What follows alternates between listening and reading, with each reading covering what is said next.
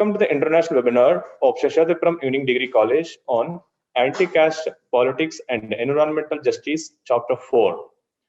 At the outset, I'm happy to inform you all that our Evening College celebrating its Golden Jubilee year. On behalf of our college, we congratulate all the stakeholders. Now, I request Vanessa Agasa to play a short video of our college. A great journey begins with a small step. Proving this statement true, it all began in 1930 when two women, educational enthusiasts, took up a noble initiative. In the erstwhile posh locality of Seshadripuram, Srimati Anandamma and Srimati Seethamma started a primary school with 20 children. Now, Seshadripuram Educational Trust under its umbrella has 36 institutions. It all began with the educational visionary Sri K.M. Nanjappa, the then President of Seshadripuram Educational Trust. In 1971, which has been a landmark in the history of education for the working students by starting Seshadripuram Evening College. Our college started with the primary objective of imparting formal education to the quality and needy. The college is affiliated to the Bengaluru Central University. Being in the heart of the city, it has an easy reach and connectivity. Its premises comprise of spacious building with good canteen, computerized library, business lab, browsing center, Wi-Fi facility, sports club, thus well equipped for all academic, sports, co-curricular like NSS, NCC, YRC, etc. and extracurricular activities throughout the year. The college organizes orientation program for freshers and guest lecturers to equip them. As most of us are working in the morning and studying in an evening degree college, it is very facilitative for us to excel in our jobs. Even though we are studying in an evening degree college, we are being provided many state level and national level opportunities to express our talents. Also, many cultural activities are being conducted. SEDC is engaged in various cultural activities throughout the year. There are numerous committees in the college that perform variedly on their behalf and have a lasting effect on the college, students as well as outsiders. Our evening degree college believes in the vision to ignite the minds of every student to identify and develop their inner strength, with the mission to promote holistic development of students by offering quality education and making them self-reliant and progressive. Our college NCC cadets will visit every academic year in Officers Training Academy Chennai and INS Kadamba Naval Base at Karwar. It will motivate our college NCC cadets to join Indian Armed Forces.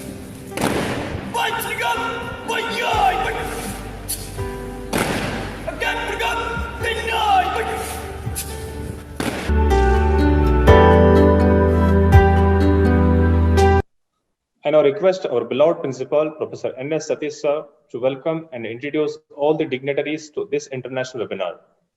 ಎಲ್ಲರಿಗೂ ನಮಸ್ಕಾರ. Happy evening to India and Australia. Happy morning to Washington DC. I take this opportunity to welcome you all for this international webinar in association with Anti-Racist Research and Policy Center, American University, Washington DC, USA. At the outset, I would like to thank all the office bearers of this esteemed institution and welcome all of them. Now, I would like to introduce and welcome today's team speaker, Professor Assa Doron. Sir is a professor of Anthropology and South Asian Studies at the College of Asia and the Pacific, the Australian National University.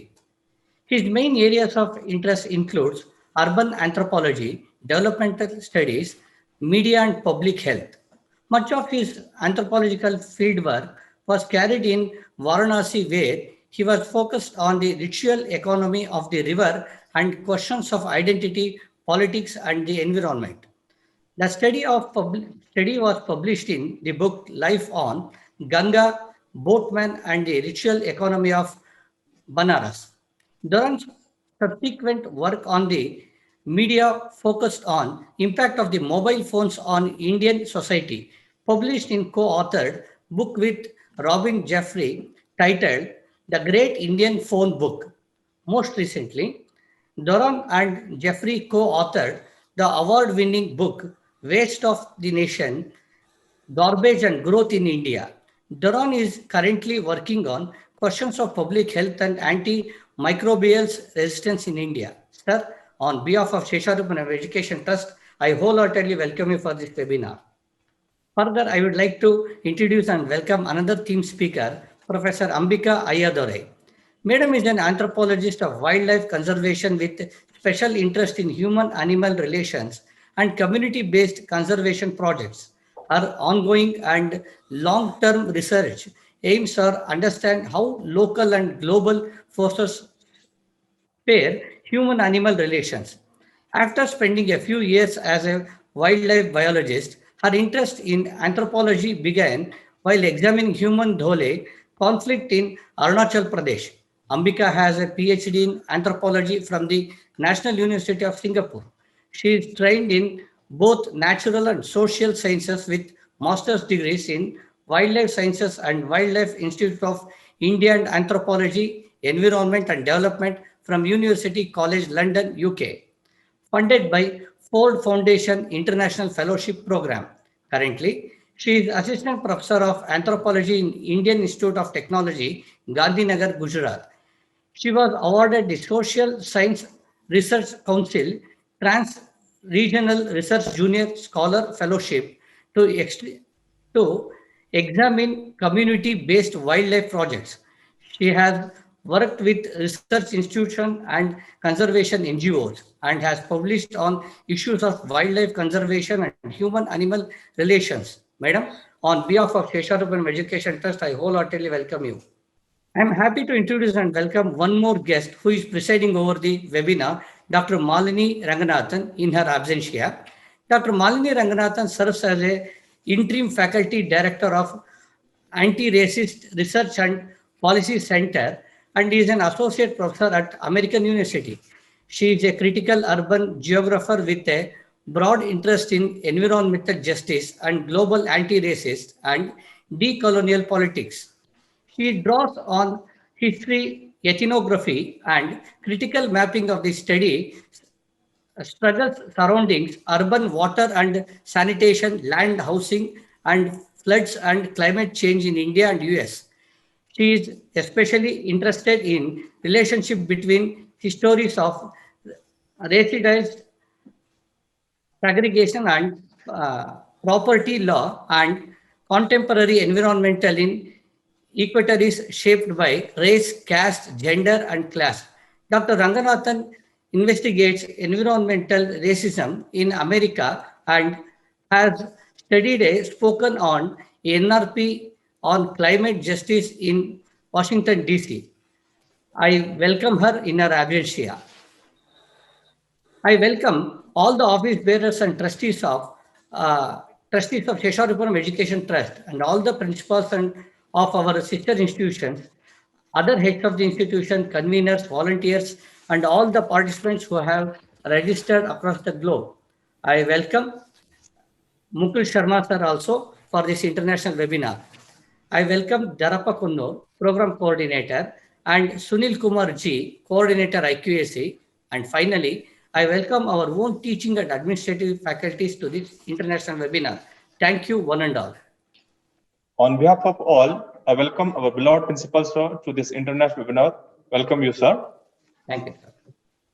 May I now request Professor Assa Doron, Professor of Anthropology at Australian National University, Canberra, to enlighten us with a speech on Kali Yuga and the age of microbes, on waste, animals, and microbes in India. Over to you, sir. Thank you. Thank you.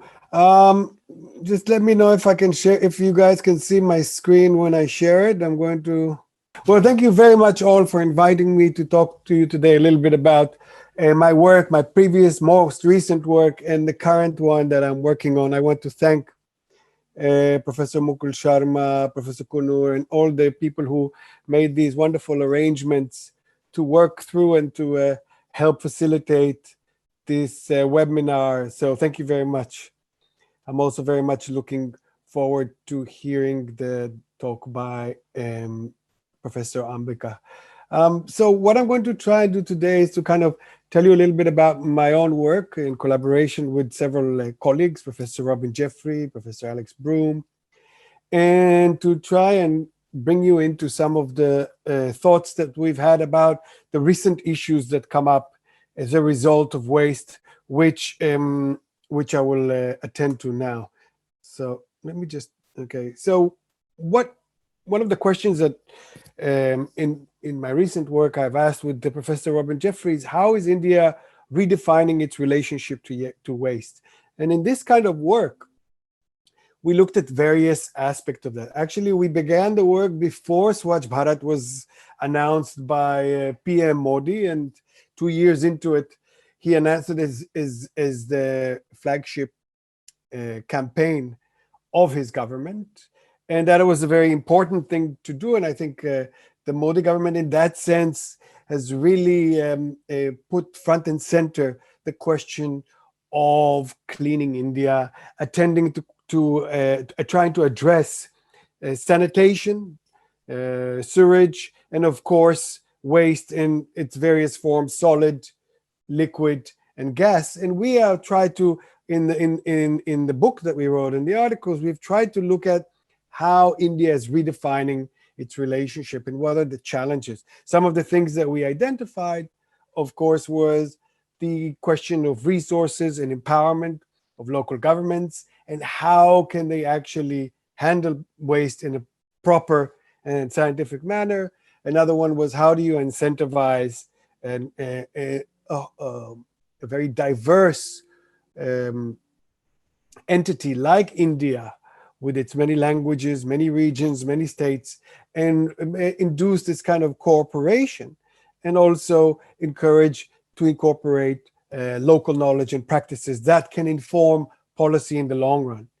This was, of course, framed by macro concerns like India entering into the consume and throw away society, questions of globalization, offshoring, all of which boil into a mix where India is a country, of course, with a highly densely populated environment. I don't need to tell this to the audience here.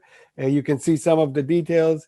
Of course, there is rapid migration since the 1990s, and consumer habits are changing. And I'm specifically also kind of trying to highlight not only the material aspects of consumption, but also dietary habits that are changing in India, and we'll get to that.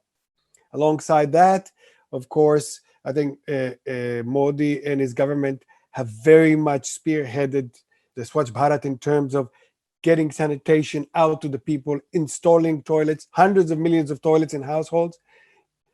I know that it has been criticized by some, but I don't think you can take away from the fact that it has been very much a flagship campaign that has been widely canvassed across India and put it on the agenda everywhere. Whether some of these toilets work or not is another question, but I think certainly it's something worthwhile considering. And in our book, we certainly assess that. Now, the nature of waste in India has also changed enormously since the 1990s. And as you can see here, India still features a large amount of wet waste, unlike, say, in the so-called Western world or global North. But we have various sources of waste. This is just a chart that I took from somewhere to give you a kind of sense of the kind of waste streams that are coming into India, and the mammoth task of dealing with waste in all its form, liquid, gas, and of course material, solid waste. So just to kind of touch on a few things, which I know that many of you have firsthand experience in. So this is the question of who are the people who are working in the waste stream, in the waste pyramid. Of course, we know that the question of recycling and informal markets and the interface between the formal and the informal markets in the waste economy is complex, and you can't really separate the two. We know that sanitation is being addressed at different levels in different states, and while we know manual scavenging has been officially banned, formally banned, these practices still continue in some areas, the more backwards areas in the country. And there are efforts by the governments and the authorities to stop that. Another aspect that I think is important to highlight, and that is how do the authority dispose of waste? And many of you who live in Delhi have just been, I think it just happened last month, the fire in Ghazipur, where these landfills that if are not properly handled, and if the leachate and the various layering of the waste is not spread in a scientific way and covered, and it creates these kind of combustive gas, methane, which is a huge greenhouse gas, of course. And this has led to, in Mumbai and Doron, of course, in 2016, I think it was smoking for over several weeks. And this is a NASA image that you can see. And every now and again, in various unscientific landfills, dump sites like this, we have fires erupting. So that's a kind of a gas form of waste that is coming out of this. Another example, and here I want to address some of the macro issues which we've looked in the book itself and touched on at least, is, for example, how questions of globalization and the global political economy of outsourcing and offshoring factories into India's special economic zones or particular areas where companies from overseas get concessions and they come to India and they produce. And here I'm talking specifically about Hyderabad, where the kind of pharmaceutical capital of India. And I'm sure you've read the reports by the CSC and Down to Earth, excellent reports that really trace in detail some of the real concerns that happen with these factories coming to India and polluting the waterways with their pharmaceutical ingredients that go into these places, killing the fish, polluting the land, the water holes, the waterways. But what is also increasingly known is that this form of effluence, these factory pharmaceutical effluence where antibiotics is being produced for the rest of the world, because most of antibiotic manufacturing takes place in Asia, largely in India and China. A lot of these ingredients go into the waterway and they create what you call selective pressure, which is to say that what happens is that new bacteria that develop resistant to the most powerful antibiotics flourish in these waterways. These bacteria are popularly known as superbugs, and people and scientists that went to the Musi in Hyderabad and other areas and have tested the waters have shown a high increase levels of these kind of antimicrobial resistant, these bacteria, these superbugs in the waterways. And this is very concerning because there is no way to tackle them even with the most advanced antibiotics. So this is one of the major concerns of waste in terms of the greater political economy. But today I want to talk to you a little bit more about something that we didn't have a chance to address in the book so easily. This is just to give you a sense of the kind of, this is quite a dense slide. For those of you who want to look at it more in depth, you can see it later. It's just to give you a sense of the different levels at which we are seeing these kind of scenarios of infectious diseases, of the rise of antimicrobial resistance in India. MROs are multi-resistant organisms, and you can see the different factors. I can't go into this, of course. This is a very short and brief presentation where I'll just touch on things. So one thing that in our book, Waste of a Nation, that Robin, Jeffrey, and myself, we've tried to kind of map out India's relationship to waste. One thing that struck us when the book was reviewed is in the magazine Nature, is, at least me, is this image that you see in front of you. And the image itself was very much highlighting the fact that in these landfills, there are not only humans that work and try to salvage the most valuable artifacts from whatever landfills and discarded materials are, and then sell them up the waste chain in order to increase their values and draw their livelihoods.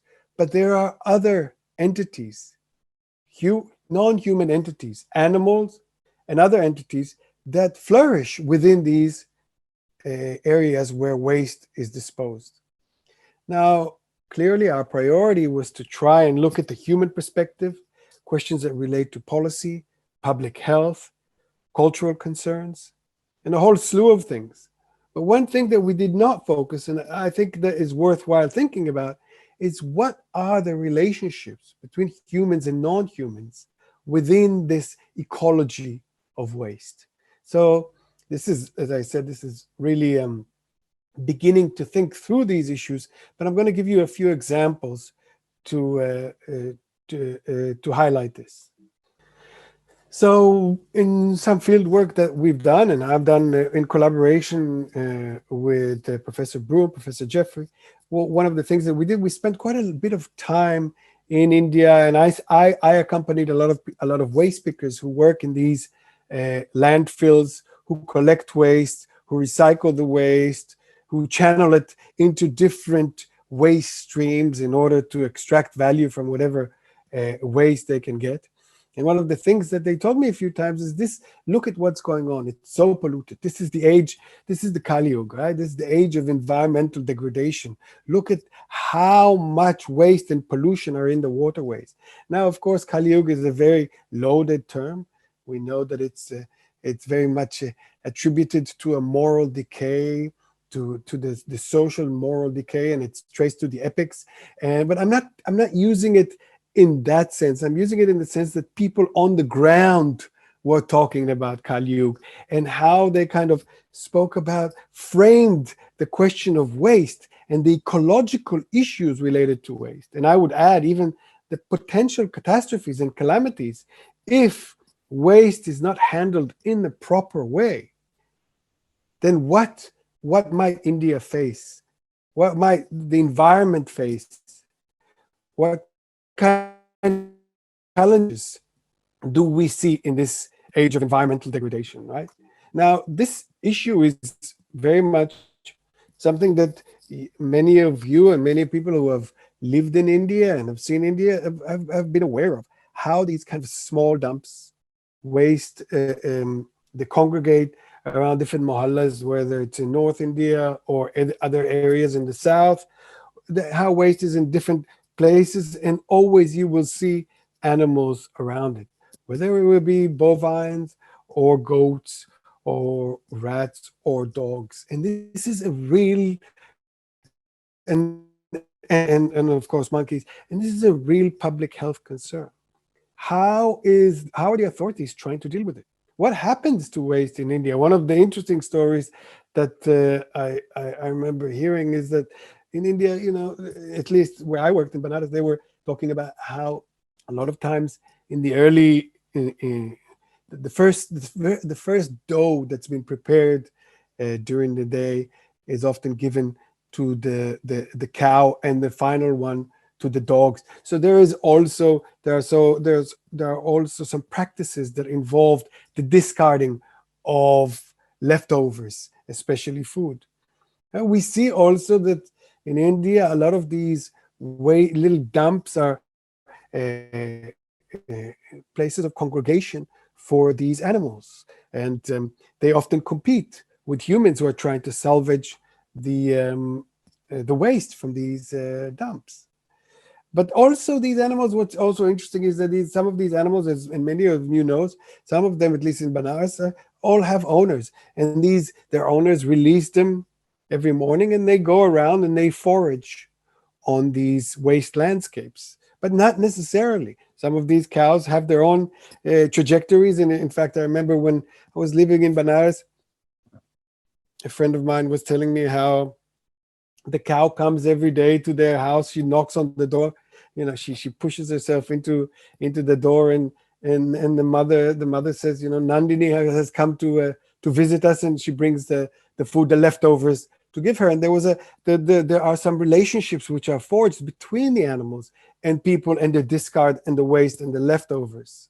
And and those relationships are intimate relationships. So it's not only with the cow as a species, but of course with certain cows that are familiar with the various paths in those towns in India.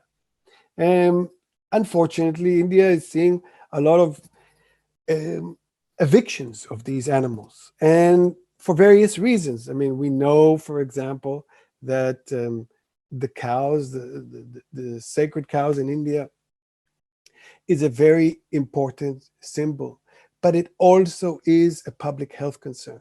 In the cities, in Delhi and other places, in the big cities, it's also a traffic concern, and the government is struggling to deal with what to do with all those cows that are roaming in the streets. At the same time, many states in India have enacted cow protection laws, banning of slaughter, the selling of beef, the transportation of beef. And mind you, these are not only BJP ruled states, right? Congress too. So I don't think we need to tag it to that, but there are implications for that. And I'm sure many of you have seen or heard of the implications, especially for farmers who are now finding it that their economic relations with the cows as farmers are no longer sustainable. Because if in the past they had avenues to dispose cows, now there are many constraints. Then those constraints mean that those cows are no longer viable economically. What do they do with them? Do they keep feeding them? That is an economic cost that they can't bear, right? So many of these farmers are releasing them to the wild, to forests, or letting them roam, or dropping them near cities and towns. So you have lakhs and lakhs of cows which are just going astray in India, and they don't have where to forage, where to source their food. A lot of time they're finding those foods in those waste, in those dumps, in those landfills. These are the new kind of grasslands, if you will. Of course, you can add to that the Gaurakshas. This is only one aspect of it, but it's also policies that are trying to limit and evict the cows from these public spaces. There are states, of course, that have been very proactive, state and institutions, donations, in establishing goshalas, right? Again, these goshalas are a good thing, and I've visited many of those, but we need to bear in mind that they cannot hold the amount of bovine, the amount of cattle, the amount of cows that are there to be fed and nourished, right? There are issues that the goshalas don't have the resources and are not empowered to even handle. You can see in the next ad in Times of India, but in other areas, in other news outlets, they're talking about the ticking time bomb, as it were, of the kind of the cattle's, the bovine economy. Now we also have those who are the traditionally professions that deal with the cow carcasses, the bovine carcasses, that are no longer doing so, whether it's because there is a ban or whether it's because farmers no longer sell or are fearful of selling old, infirm, unproductive cows. So you have a disruption in the economy where many of these farmers are facing challenges. This is just from a newspaper a few days ago in India, where you can see the Rajasthan government is saying that they want to assist farmers with making grants for goshalas and subsidies, but at the same time, farmers are facing serious problems when their fields are being raided by these stray cows. Many of them stay up all night to try and shoo away those cows, right? So there's multiple questions here around how you might deal with the cow protection issue. Some people have suggested that you might want to only protect the Desi cows as opposed to the Jersey cows and the foreign, there's various ways in which policy might confront this, but this is certainly a huge issue. And many of those cows, as we said before, find themselves foraging on waste. But also, what happens to all these dead cows, or what happens to them when they to their carcasses? Well, here we have to maybe go a few decades prior to just give a sense of the interlocking of the waste economy and the non-human environment. And I think that Professor Ambika is going to talk about this a little bit more. But of course, you know the South Asian vulture. When I visited India first time in the 1990s, they were everywhere. And then progressively, the South Asian vulture, which according to some accounts were about 60 million, disappeared from the landscape. Particularly, this was relevant because those vultures are considered keystone species. That is, what they do and the way they digest carcasses had an effect, a flow-on effect, throughout the waste economy and the non-human aspect of waste economies. So they digested, those vultures could digest a carcass, a bovine carcass, in a matter of minutes. They stripped it bare, and because of the nature of their stomach and their digestion, they could actually neutralize the infectious bugs or the infectious bacteria that were thriving in those carcasses. But as you know, in India, with the dietary habits changing and farmers trying to increase the production, milk production, dairy production, they used diclofenac, which is a drug which is now banned in India, in order to alleviate the pain of those bovines, of those cows, whether it was mastitis or infections, other forms of infections. But the problem was, of course, that once those carcasses found themselves in the waste dumps and the vultures were feeding on them, the effect of that drug on the vulture was lethal. And they died from renal failure from this diclofenac, and a very painful death too. So now we have seen the demise and the marked decrease of vultures in India, to the effect that they have been declared endangered species. And there are efforts throughout South Asia to try and restore the population of the South Asian vultures. Now, this has effect throughout, like I said before, which I want to just highlight as I come to the conclusion. It has effects because what happens to all these, in the disappearance of the vultures, what you get is a vacuum. And into that vacuum come in dogs, stray dogs that start feeding on these carcasses, come in rodents that feed on the carcasses, but the dogs or the rodents in other forms, they cannot dispose of the carcass in the efficient, effective way that the vultures have. And so these carcasses become a breeding ground for disease in these waste ecologies. And of course, humans work alongside these bovines, alongside these dogs, the insects, vectors of disease in various landfills in India. And so the risk is amplified, and the pathogenicity, the kind of pathogenic bacteria, spreads along with all these entities that occupy the waste ecologies. Another important aspect to highlight here is that a lot of these cows that you see when I visited all these landfills, a lot of these cows that you see are also cows and pigs that have owners. Now, for example, in Hyderabad or in other places that I visited, you come in the morning, you see these cows and these pigs being released into these landfills to forage throughout the day, working alongside, eating alongside those people who are trying to salvage, to make a living from these landfills. But note that a lot of times, because of the nature of waste, which is unsegregated and is toxic in many ways, and has, whether it's medical waste, whether there's other forms of waste that create pathogenic bacteria. These cows which forage on it, they ingest it, and then they are milked, right? Or the pigs slaughtered. And that milk itself finds itself into various markets, the peri-urban markets, because increasingly the demand, huge demand for dairy products in India means that more and more farmers are coming near to the town in order to satisfy that demand. But there is no places for them to graze.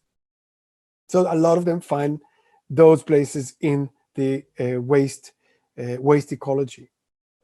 This, of course, has also implications on the kind of microbial spread around India and the potential for that spread outside the confines of these landfills and these spaces where waste is dumped.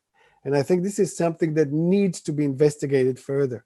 If a lot of research is focusing on how these resistant microbes proliferate in hospital, clinical settings, I think it's equally important that we examine how these microbes proliferate in these waste settings.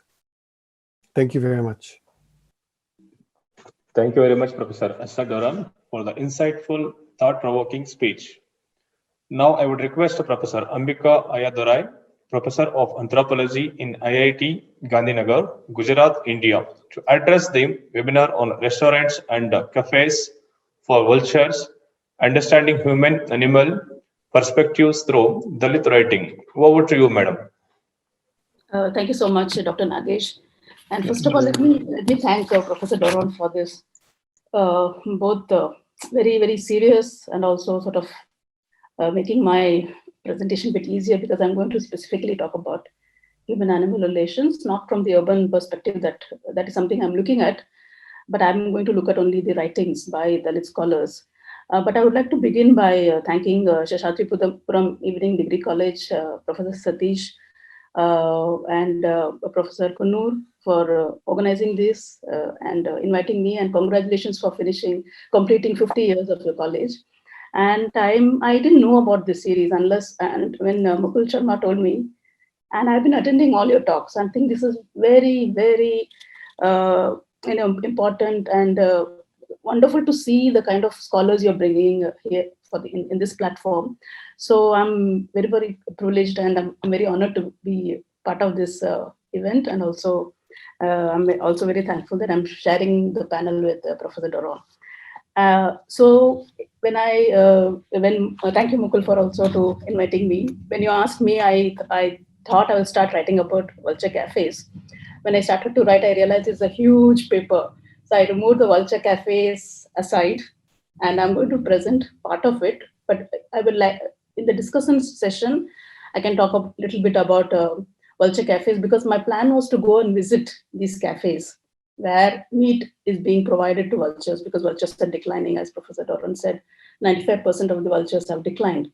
And now there are wonderful work by biologists and ornithologists to protect and conserve vultures by giving feeding sites, feeding platforms where meat is sort of cut into small pieces, cattle meat is provided to them without the chemical diclofenac, which Dr. Doron was mentioning. So in this paper, I'm going to largely focus on vultures, how vultures appear in the writings written by Dalit scholars and subaltern scholars. Nature, animals, and environment mean different things to different people. The uses and meanings of these animals, depends on who you are and what is your social position. For example, on the screen you see Lord Ganesha, then there is advertisements from the corporates. All of them have animal symbols, and our relationship with animals are multifaceted. Some animals are worshipped, some are considered as a kin, like a brother, like sister. Like for example, cows are considered as mother, and sometimes they are loathed as evil spirits, and sometimes they're slaughtered for food. So our perception of animals in the contemporary world is even more complex. In the contemporary world, sometimes they are employed as circus animals, sometimes they are employed as display objects in zoological parks, and they are also used in research as research subjects in laboratory, and also as companion animals, as pet animals at home. But what is interesting is that animals, there are also ideas of morality that are attached to some animals. Some animals are idealized, venerated, used as models of order and morality. And some animals are seen with admiration, and some animals are seen with disgust. Some animals are seen as good, cute, worthy of care, but some animals are seen as the other, as a cruel element, shrewd and cunning. So one of my favorite work is to actually go to Google and search for the word nature.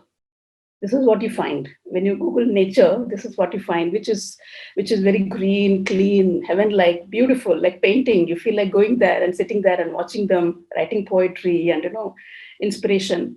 But such meanings are, this is what the Google will say what nature is. But meanings of nature is very different. So I'm going to share a quote by a Dalit scholar, and what does he say about nature. So this is a quote by Daya Pawar. He says, I have never felt any deep appreciation of nature. Nature seemed to be like a rich man with a lot of property. I could only look down on the rich. The issues I had to confront left me no mind space or time to stand and stare at nature. Nature worship seemed to me to be for those whose stomachs are comfortably filled. So he's saying that people who have privilege with some kind of status, for them nature is very different. People are really poor, struggling with day-to-day affairs about food, place, livelihood. For them, what is nature? For example, let me go back to the images shown by Dr. Doron. These landfills, there are people who are living next to the landfills. What is nature for them? And this quote comes from his autobiography named Baluta. So this quote is from Baluta, published in 2015, known as the first Dalit autobiography written in Marathi. Daya Pawar makes this reference to nature while remembering his mother foraging in the jungle for food, and how the forest guards used to harass them, and the guards had to be paid off. They would survive on whatever they find in the jungle, and sometimes the grains in the field left after harvesting. Daya Pawar tells us, if you look at this quote, Daya Pawar tells us less about nature, more about Pawar's life. And one can understand the lives of Dalits and other marginalized people and their environment when we read their writings. So I'm going to go through a few writings and quotes and how nature and animals are reflected in their life writings. So references to nature and the non-human world in Dalit writings gives us glimpse into human lives in our society. So this paper dwells into multiple ways in which we understand human-animal relations, specifically in Dalit writings. And I use animals as metaphors here. And I take the example of vultures in Dalit writings. Vultures appear in many unexpected ways in literature written by scholars from subaltern communities. I have particular interest in this because I'm a Dalit, and my wildlife science background with some interest in birds. I also do bird watching. So this is a very combination of multiple things, and I'm particularly interested in vultures because of the conservation narratives around that, because of the threatened status of these birds. But and this paper is largely written by interviews of some scholars, discussion with my colleagues, and much of this paper is written referring to Dalit biographies, autobiographies, and testimonies. But I would like to tell you why I choose animals as a lens to understand the lives of Dalits. So in everyday conversations, the term animal is associated with uncivilized behavior. In Hindi, the word janwar, that is animal, is used in a very negative way, in a derogatory way. We generally do not use janwar to describe a nice person. Use of word animal for humans implies disapproval of certain behavior. For example, the term animals or beasts is liberally applied to criminals, thugs, and not so nice people, because it actually indicates a sense of moral degradation. How we talk about animals is a reflection of what we think about ourselves. For example, how we think about humans, how we classify ourselves is all as significant. There's a lot of social thought one can actually use to understand humans through understanding animals. So in his book Jhutan, Om Prakash Valmiki, this is a 2003 book, he says, I have many scholars I have asked many scholars to tell me why Savarnas hate Dalits and Shudras so much. The Hindu who worship trees, plants, beasts, and birds, why are they so intolerant of Dalits? Valmiki's reference to trees, birds, animals about the way Dalits are treated is not unique to his biography. Many Dalits have written about their experiences with animals and how others have used certain animal names to refer to them. For example, in Baluta, Dayapawar also mentions human names such as Kachriya, which means dust, Gavtiya, which means grass, and even Limbale in his book Outcast. I'm going to minimize this. Limbale in his book Outcast, he says that how Hindus in the system wholeheartedly love and sympathize with animals, but they are not seen to have any sympathy with Dalits. And I'm going to go back to the names that I was mentioning. So Dayapawar also mentions some of the names that we used to refer to other people. For example, Kachriya means dust, Gavtiya is grass, and in Jutan, Valmiki talks about how his community is referred to as Chureke, which means pig. So you can see how names and sometimes names of animals also refer to human beings, and what does it tell about our society. And Dalit lives are also compared with animals as indicating a subhuman status as belonging to the world of dogs and vultures. They are frequently denigrated in comparison with animals and are treated as lower to other human beings. So I have mentioned what Limbale talks about, how sometimes we have appreciation for other animals, but we humiliate human beings using animal names. In his historic speech by Baba Saheb Ambedkar on 19th March 2027 in Mahad, where a movement to drink water from Chowda tank was organized, water in the lake was prohibited for the outcast and untouchable caste. And he says that the caste Hindus are so reasonable. They not only draw water from the lake themselves, but freely permit people of any religion to draw water from it. Nor do the caste Hindus prevent members of species considered lower than human beings, such as birds and beasts, from drinking at the lake. Moreover, he says that they even freely permit beasts kept by untouchables to drink at the lake. But why do they forbid untouchables alone? In his speech, he also asks how caste Hindus treat even the harmless cow with kindness. And sometimes even they spare the harmful creatures like snakes. So I'm going back to vultures now.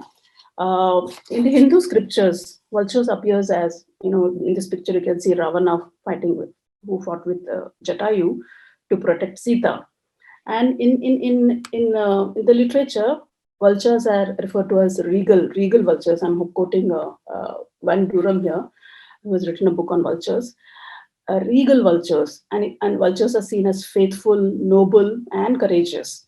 In both India and Nepal, as the vulture population declines rapidly, people have great regard for vultures because of their association with the vulture king Jatayu from Ramayana.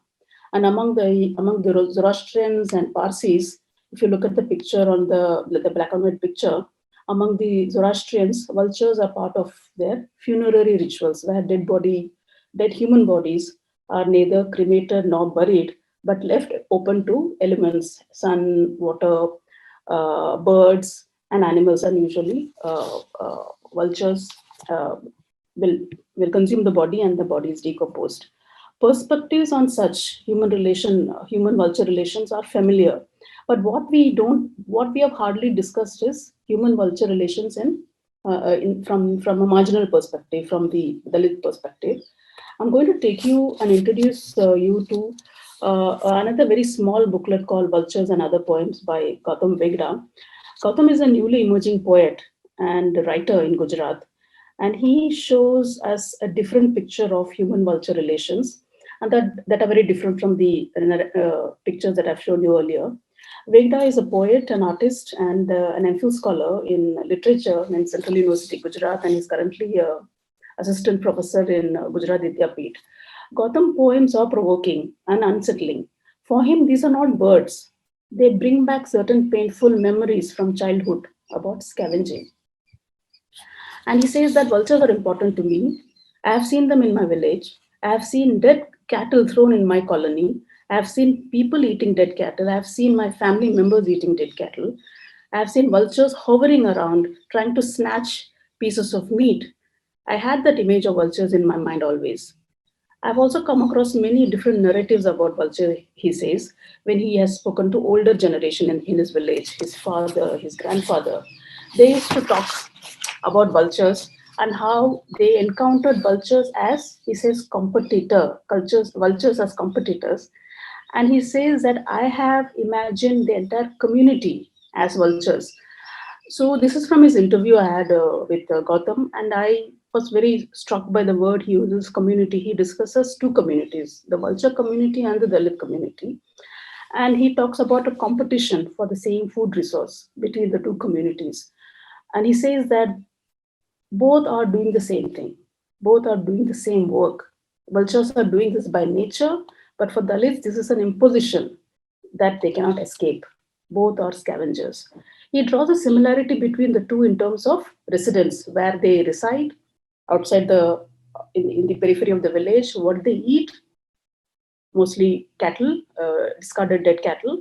And he also talks about the voice of both vultures and Dalits. And he says that they consume the same food of the dead cattle. Vultures do not have voice box and they cannot make sound except for some hisses and grunts. Vegta draws a parallel between Dalits being voiceless and helpless like vultures. And vultures remind him about the vulnerable conditions that their lives have ended up like the vultures. And in his interview, he says that we are like vultures too. So using imageries and metaphors, Gautam poems create a picture of vultures that are not found in books, literature, and other papers. Dr. Catherine Hummel, an Australian poet, has written a foreword for this book. And she says that these poems, I'm just going to the next page, you can just read, this is a page from that book. These poems should be reread for its political significance. And this is a voice against oppression, oppressive structures of the Indian caste system. Natural imagery such as vultures can tell us a lot about social and political realities if told from the margins. Gautam Vegda's Vulture is a story of Dalits and for Dalits about their daily struggle to overcome stigma and oppression, exclusion, and a longing for acceptance. And also his writing is a quest for dignity and identity.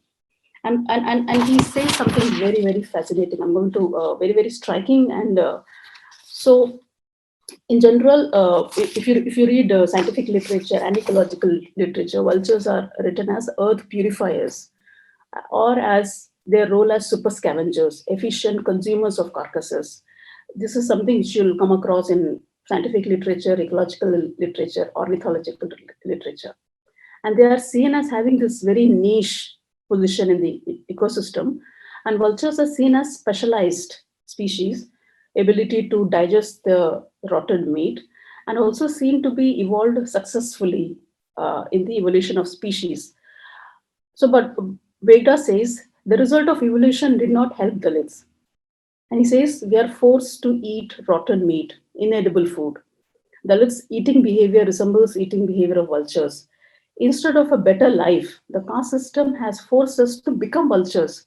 And I find that very, very striking. And he says that the cruel caste system has transformed humans into vultures. Is it a kind of reverse evolution, a reverse Darwinism? He's asking. And I think it's a very, very striking and very, very important question. And so I'm going to other biographies now.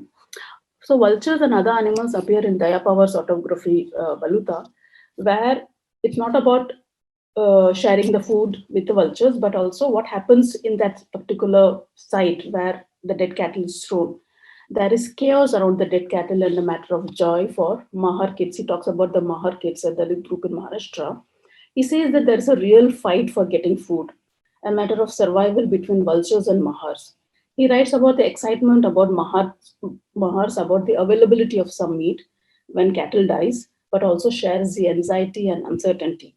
And he says, I quote, and it's on the screen, but the death of cattle indeed brought great excitement in Maharwada. It is also true that if the animal had died falling off the cliff, the excitement was even more acute. Such an such an animal's flesh is fresh. News that an animal had died in the wilds did not take long to get to Maharwada. It would pass along faster than the telegrams of today.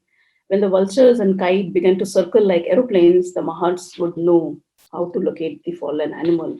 They would rush to get there before the birds pick up the carcass clean. And it's not over. One has to also carry the meat back home.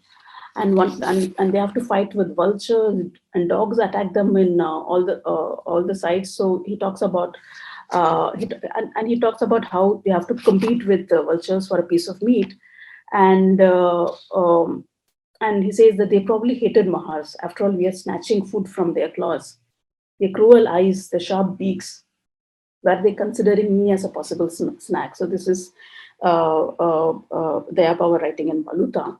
Similarly, in Jutan, Om Prakash Valmiki narrates the helplessness of Dalits about their choice of food. And he says that we do not consume dead cattle because we love it, because we are too poor to get anything else. And Valmiki writes about his mother was worried that vultures and other wild animals would get to the dead animal before we got there. So one has to be very, So one has to be quick, get up in the morning and go to the site before other Dalits and vultures reach the technique. So this is largely about how people have interacted, people who live with the vultures. That's why I named the paper as Living with Vultures. What happens on a day-to-day basis with the vultures, fighting for the same food, sharing the same space. I came across a poem called, it's a Marathi poem. It's called Chavni Halat Ahe. In Hindi, it will be Chavni Hilti Hai. In English, the translation is the cantonment has begun to shake. So if you read this poem, it talks about the struggle of fighting with vultures and kites and other animals to get a piece of meat. So this is Danley's poem, and he says, "We fought with crows, never even giving them the snot from our noses. As we dragged out the upper lane's dead cattle, skinned it neatly, and shared the meat among ourselves. They used to love us then. We warred with jackals, dogs, vultures, kites, because we ate their share."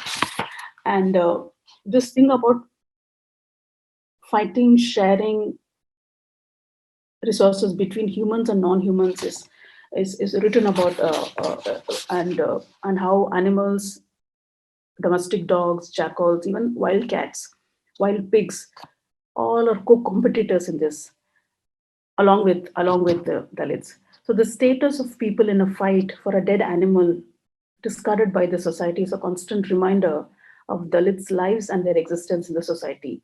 In this poem, and I'm quoting Jason Sander, he says that this poem takes us into a hellish scenario that blurs the boundary between life and death, animals and humans, in an interspecies struggle. So often we actually talk about how to live in, coexisting with each other, interspecies living. But here you're talking about interspecies struggle, interspecies competition. But the competition is, some scholars have written about competition, but the other scholars have written something else. Let me take you to the next scholar, Dalpat Bhai Chauhan. He lives in Gandhinagar. He's an award-winning Gujarati novelist. And here he wrote this book, and the title is Gith, which means vulture. This is published in 1991. And he has written about lives of Dalits in Gujarat. So I interviewed him recently, and I asked him, why have you written about vultures in your novel? Why not about any other birds? And he says that because we have lived with vultures. These birds are connected so closely with our lives. We live together.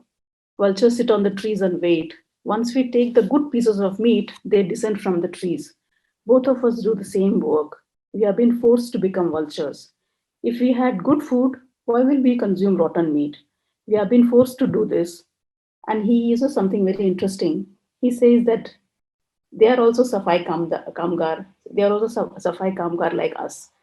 We share the meat with them. And he says we are Hissedar. So compared to the notion of competitor written by other scholars, according to Dalpat Bhai Chauhan, He's saying that we share the meat. In his interview, often said that, we leave some meat for the vultures. We can't take all the meat with us. So the idea of sharing, shareholders, Hissedar is very, very fascinating.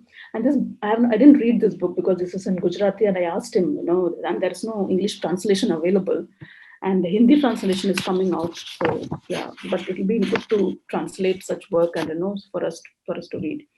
So Chauhan does not see vultures as competitors, but as someone with whom we share food. So it's not just about meat, but it's also the fight goes on not only for the meat but also for bones, and the bones are collected later and supplied to the local factories. And even now, recently there was a BBC article covered. It was about bone collectors just selling kilo of bones for rupees 3 or 4 rupees in Uttar Pradesh. So in this story, it's a short story written by Shankar Rao Kharat. He says that Dalit collects these bones for a living. In The Bone Merchant by Kharat, it's a 2009 publication, he mentions how boys collected bones to sell to bone man. The arrival of the bone man excites the young boys who start to search for bones to be sold to the merchant for few coins. The interrelationship between food, Dalits, and environment has multiple dimensions. Mukul Sharma has written about this a lot. And these interconnections reveal that vultures could become competitors, sometimes enemies, and sometimes shareholders in meat. And during my interview, often when I read some of the literature, it's also about Dalits seeing themselves as vultures and animals. And that is something I'm trying a lot and thinking about. What is it that, why is that they see themselves as animals or vultures? So I'm going to, I think this will be the sort of a longish end of, I'm going to towards the end of the talk. On several occasions, Dalit characters and community are portrayed as animals, vultures, wolves, dogs, to highlight their dehumanized existence. What does this tell us about Indian society? The writings by Dalit poets, writers, and scholars reflect a dark reality, dark underbelly of our social system, and it has, in its very ugliest forms, similar to Vegda's narrations that society has made us become like vultures, forcing us to live like animals. Imayam, which is a Tamil book, Imayam, the author of the book in the Tamil novel, Koviri Kaludaigal means mules, donkeys. He writes about washermen, dhobis, who keeps these animals, donkeys or mules, to carry clothes and other material on their back. And the book is translated by Lakshmi Holstrom. The title is Beast of Burden. The term beast would come back to, it's very frequently occurring a word in some of the autobiographies. And the writer visualizes the washer people themselves as mules, as donkeys. Very similarly, even Limbale writes that he was one of the beasts that toiled on the farm. Animals in the shed he looked after were no different than bonded labor. So what do these stories, poems, writings about, written by fellow Dalit scholars and writers tell us? They show us that the relationship between humans and environment, humans and animals, are not constant across human groups. The reference to animals is made to highlight the human conditions of Dalits. Access to food, land, water varies depending on one's own position in Indian society. Dalits and poor and other marginal communities are faced with disproportionate amount of environmental burdens. Professor Doron talked about the toxic burdens. Who are the people who are carrying this toxic burden? And it is about social justice and environmental equity. Exposure to animal waste, toxic garbage, dumping sites are a form of, these are violent environment, to use Michael Watt's term. It's not only an issue of health hazard, but living in and next to such places makes one inhuman, subhuman, and almost animals. And one would ask, why should animals also live such lives? Using vultures as a central point, I discussed the lives of Dalits as written by Dalit writers that reflect humiliation suffered by Dalits. This literature is not just stories, but these are stories of oppression that carry rebellion against suppression. I'm quoting Sarat Chandra, Muktobat words borrowed from poison bread. Though these may be individual stories of pain and misery, the content is essentially social. Experiences are individual, but sufferings are common. Through vultures, they show a sort of a diagnosis or sort of a, I don't know whether to call it a disease of the social reality. And these writings are also give us a hope for transformation. In Dalit writings, the reference to animals is not of the romantic, the green, and the pleasant form of the environment. Among the writings, the interpretation of animal is very different. Animals are discussed in the context of their own identity. Writing about animals is a way of writing about themselves, denote a constant reminder about how Savarnas treat them like animals. These narratives, especially the sociological aspects of vultures, written through lived experiences, have been largely ignored, hidden, and avoided in the mainstream literature. And this paper was an attempt to uncover this ugly truth of the caste system using. And this is the end of my talk, and I would like to thank Prashant, Gautam, Dalpatji, and Mahesh, Rangarajan, and Simrit for helping me in writing this paper. And I thank you for this, and I'll be very happy to listen to your questions, feedback, and suggestions. Thank you. I'll stop. Thank you, madam, for such an informative session. Now the floor is open for interaction. As we are running out of time, we take up only few major questions. Over to Vinay Sagar, sir. Very good evening. This is a question for Doron, sir. What are the responsibilities of an academician with regard to environmental justice? Yeah, that's a good question. I think that we do have responsibility because several reasons. One, we work with people, especially disadvantaged people, with whom we learn about their lives, about their stories, about their tribulations and the challenges they face. And it's incumbent upon us, I think, to try and tell their story in the best way we can. Of course, we always have our own perspective and our own biases. But once we do tell that story, and once we are loyal to those stories and the observations that we make, one would hope that alongside with the literature that we're building on, whether it's like Professor Ambika was looking at, whether it's literature produced by disadvantaged groups, or whether it is policy, or whether it is interviews with officials, then we hope to stitch together a picture that can inform policy in the best way we could hope for. Now, of course, this is a dialogue, but I think that at least when we were writing the book, this was always in the back of our mind, and that policy people will read it, and that it will help inform certain practices in the future. Thank you, sir. Ambika ma'am, you have one question. How does environment will give justice to our caste system?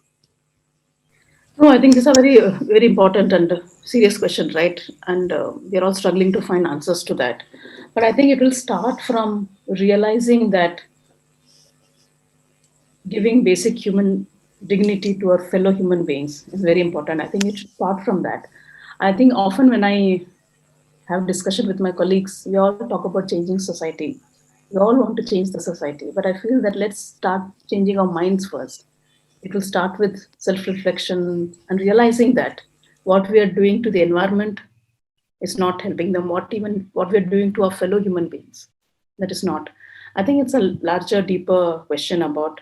So in my work, I look at environmental issues, but when we talk about environmental issues, for many years I worked as wildlife biologist, and often we talk about saving the species and saving the earth. But in our daily lives, the way we are humiliating our the disadvantaged groups, it should start from there. And so I think the question about how we can change society, did you ask how to change the society through government, through environment? I think this is like changing one's. How does the environment will give justice to our caste system? I think we have to have, for example, we know that manual scavenging is banned, but we still ask people to, do the kind of work. I think we have to come up with very, stringent laws, and I think more than legal regimes, I think it's about social transformation. When do we, so it's possible. I'm not saying that it's not possible, but the change has to come from the dominant caste who actually, I think that's what I feel. I think there is a lot of churn happening from the bottom. People are aware that what we are doing is wrong, but I think the change should happen from the top. Yeah. So, I have a quick question from Ambika and Assa. Can I ask? Yes, please. Yes. So, Ambika, in your reflections on vulture through Dalit writing, and you have taken a few Dalit writing here, Dayapavad, Om Prakash Valmiki, and others. Have you seen any kind of shift in course of time, or because some of these writings are from 80s or early 90s, but we are now 20 years away. So any kind of shift have you noticed? Yeah, Mukul, it's a very important. Actually, I asked this question to Dalpat ji. Dalpat ji is like 77 or close to, he's quite senior. So so he said he has seen the shift. He said largely from the rural areas, people have shifted to other work. People have moved. One thing he said, a lot of Dalits from villages have moved out. So that kind of traditional occupation of clearing the dead carcasses is gone. But I was wondering, what are they doing in the cities? So, for example, in my own family, many of them were farm agriculture workers, but now they have become factory workers. This is from one ecosystem to another.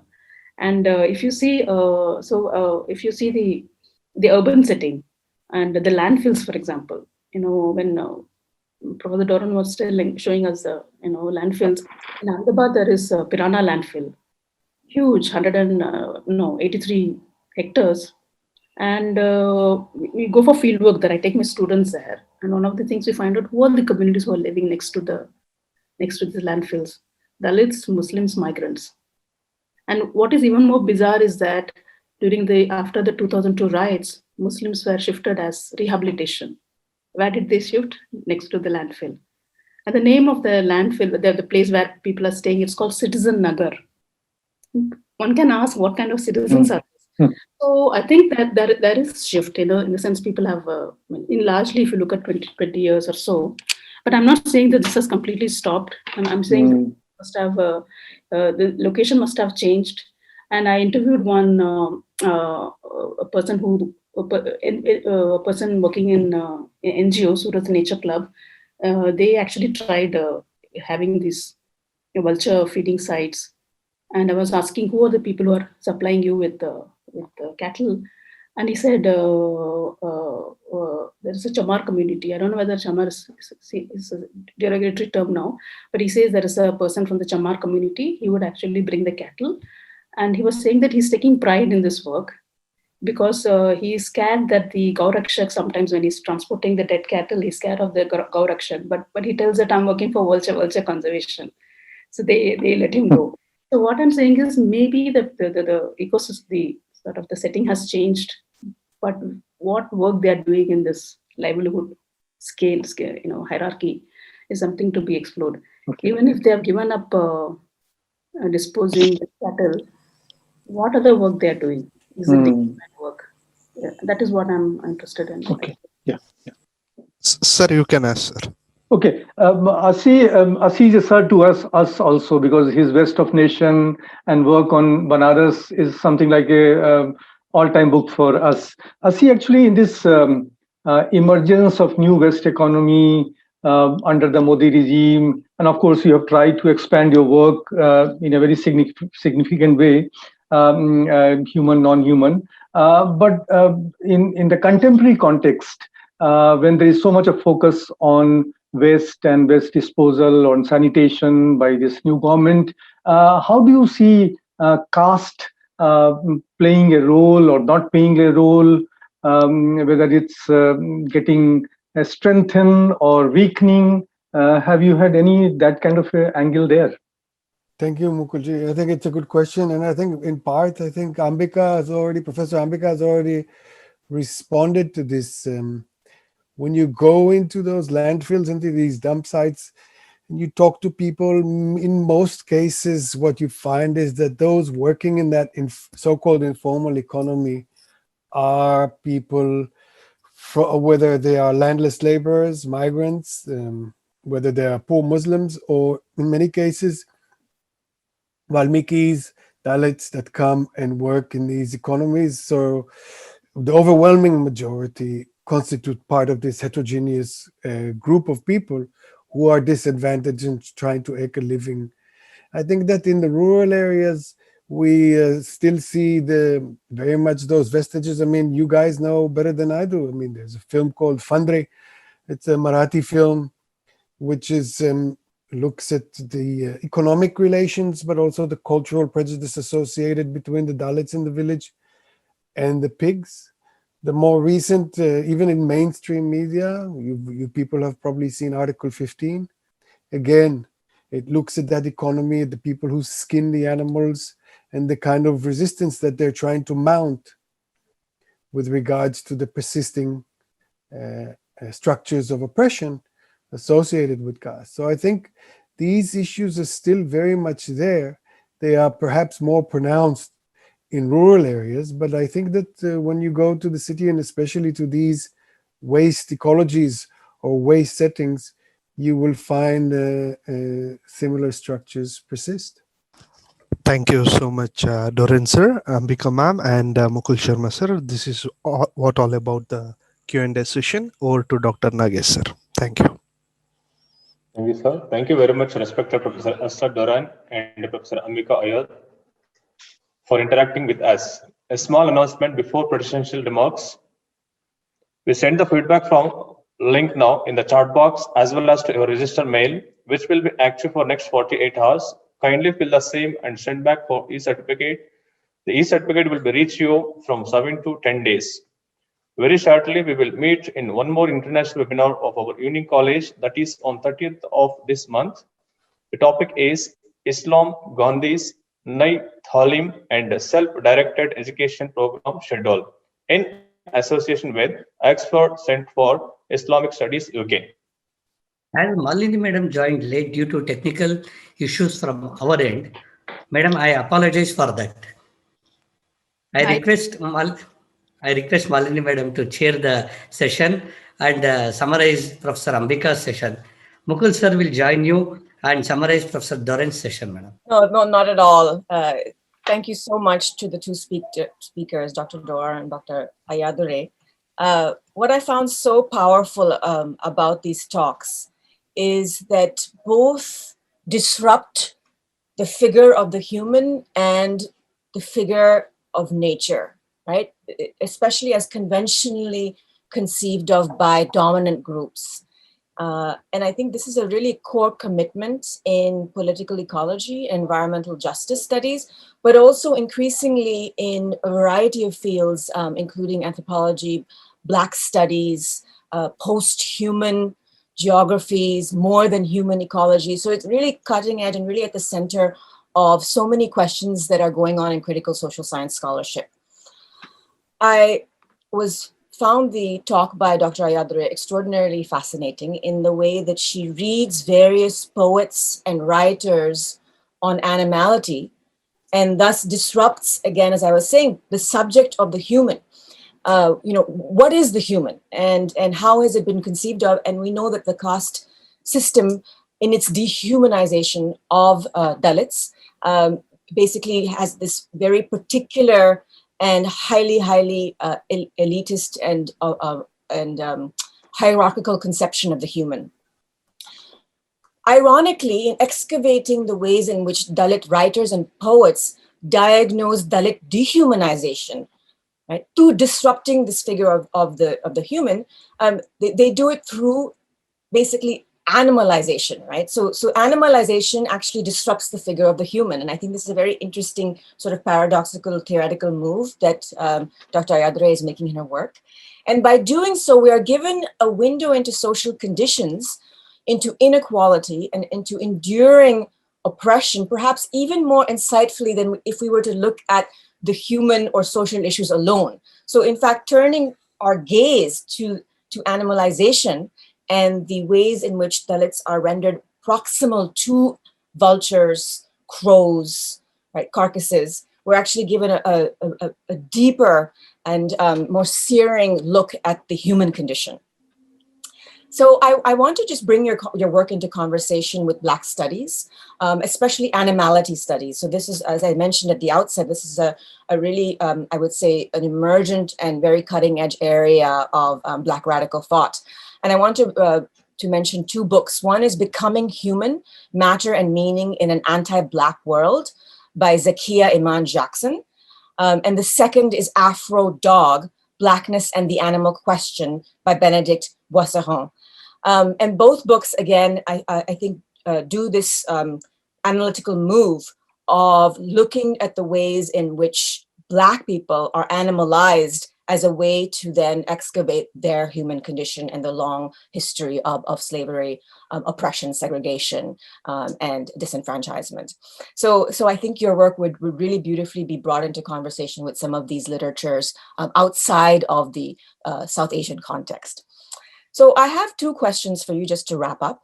The first is, how is the uptake of animality by Dalit writers and Dalit activists not just a window into oppression, but can also be liberating and empowering? So I'm actually advising a PhD thesis by a student who's very interested in animality studies. I'm looking at the kind of flipping of this, of the ways in which Dalits are animalized, right? And in this particular case, Black people are animalized. For instance, the Black Panther Party and then the Dalit Panther Party use the figure of the panther to express both Blackness and power, right?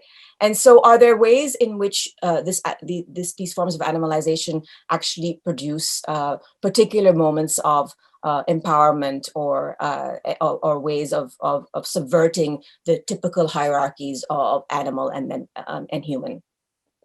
And the second is a question that kind of came up a little bit in the question and answer session is really the 2016, the lynching that happened in the wake of the Una incident, and the very disruptive performative ways in which a protest unfolded in a small municipality of Surendranagar in Gujarat, where local members of a Dalit activist group threw dozens of cow carcasses they had been painstakingly collecting and dumped them in front of the district collector's office, right?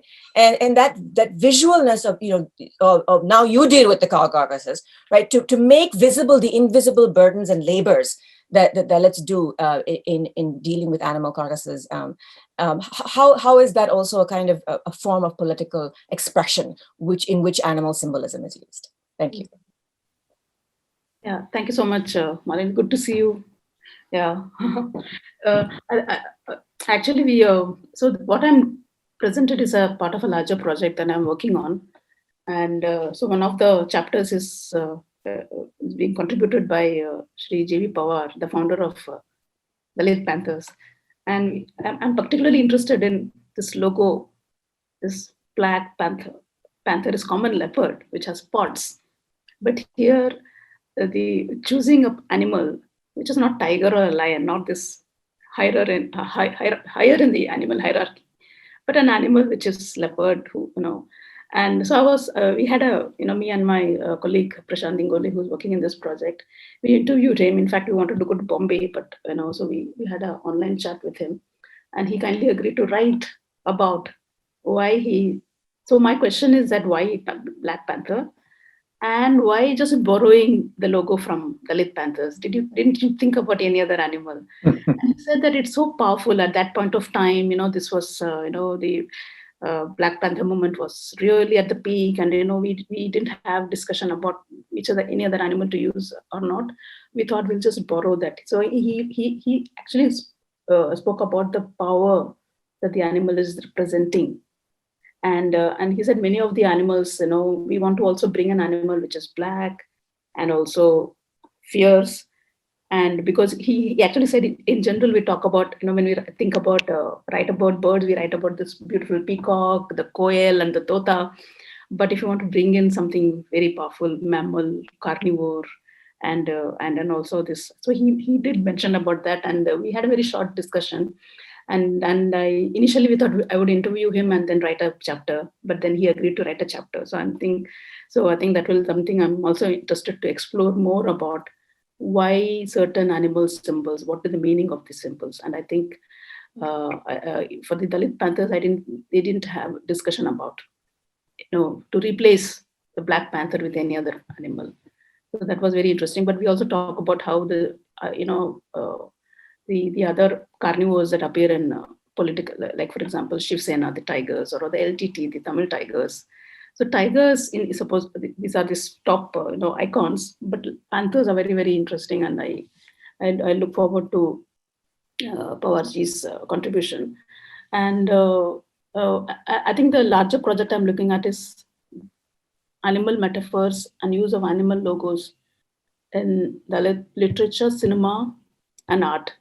And we have also approached Yogesh Maitreya. He agreed to write about 2 films, Mari Selvan's Periyorum Perimal, where there is a dog which appears, and there is a lot of and also fantasy.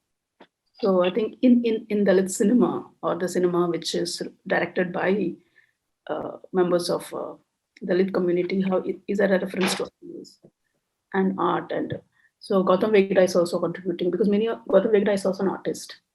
And when I met him in 2018 and I looked at his art, it's a lot about animals, porcupine and a certain kind of animals, and he's writing poems. So I think the larger project is to understand, I think through this platform, this is a paper which I wrote it in a hurry, read a lot of literature in limited time, but I'm going to expand this. So many of the things I may not be answer right now, but the use of power and fierceness is something, the animal, some animal tend to represent that. And the notion of, I understand, because many of the writings is about humiliation, pain, and misery. But I'm saying that this is beyond that. This is also about, I asked Dalpat Chauhan, why are you writing about, when he published his book in 1991. And he said, after publishing, I know how was it received? What did people say? He said, a lot of people told him, why are you writing about our sad stories? Why are you writing about our ugly stories? And he said, this has to be written, because through this, we are going to get recognition, empowerment. And he said that if you're not writing about these stories, down the line in 2-3 decades, people will think that this did not happen. Nobody will believe that Dalits went through this kind of life. And for him, writing is empowering himself and also his younger scholars. I think and also writing is also very cathartic, right? When I was reading this, it was really painful. Imagine somebody sitting and revisiting the childhood memories of what people went through and writing it down. It's a process which is, it can be cathartic, liberating, and empowering. So I feel that, these texts are very, very powerful.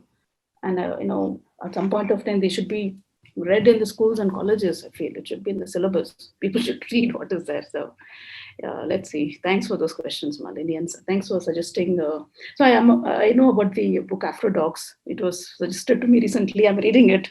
Is it really neat to summarize such a fascinating paper or talk by Professor Assa Doron? And there is very less time. So for Professor Assa Doron, we know about his work, West of a Nation, and in his talk today, for him, actually, West is a world in itself.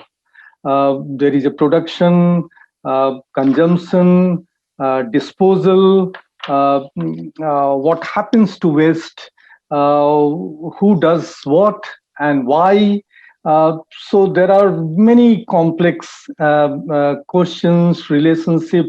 What he did today, in my understanding, expanding his work and trying to explore the relationship between humans and non-humans in the ecology of waste.